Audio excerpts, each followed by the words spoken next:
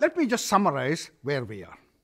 What I'm saying is, I want you to go back and take a look at your organization's priorities and be very, very honest and candid. Think about how many projects you have that you're executing today that will be in box one.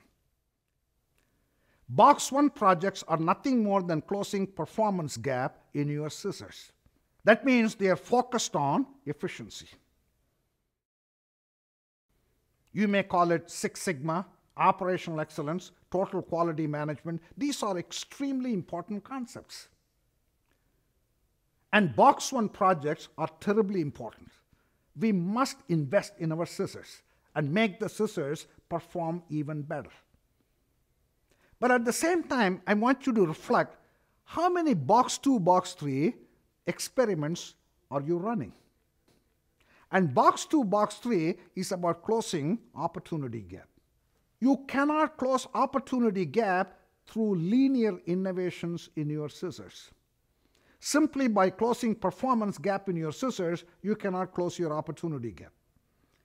If you want to close your opportunity gap, we have to focus on breakthrough innovation. You have to focus on nonlinear innovation. This is not about box one versus box two, box three. This is box one plus box two, box three. Another way I can say this is, for your organization, if you want to be a leader a decade from now, your opportunity gap is a lot bigger than your performance gap.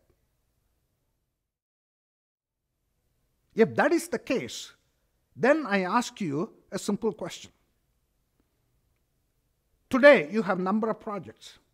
Out of those projects, how many of them are addressed to closing that opportunity gap? In fact, whenever I'm with CEOs, I typically ask them the following question. I know you're implementing a lot of projects today. Out of those projects, can you name 3 projects that you're implementing today that will make you a leader a decade from today?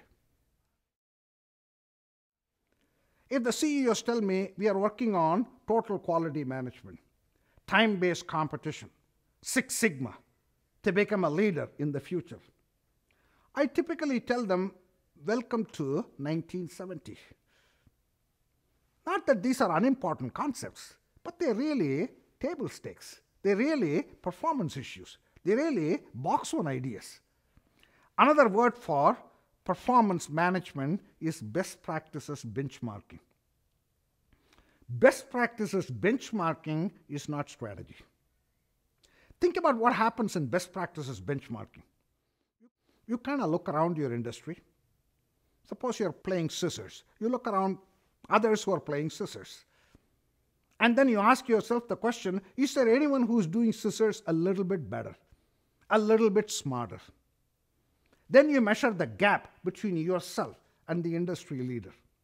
Then you put in place programs to close that gap. Imagine what are you going to look like at the end of that process. How can you aspire for leadership in the future by doing that? To me, strategy is about creating next practices.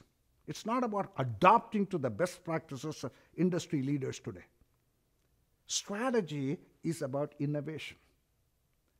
The $500 ECG machine is not best practices benchmarking. It's about creating next practices. Fosbury Flop is not a linear innovation over scissors. It's a non-linear move.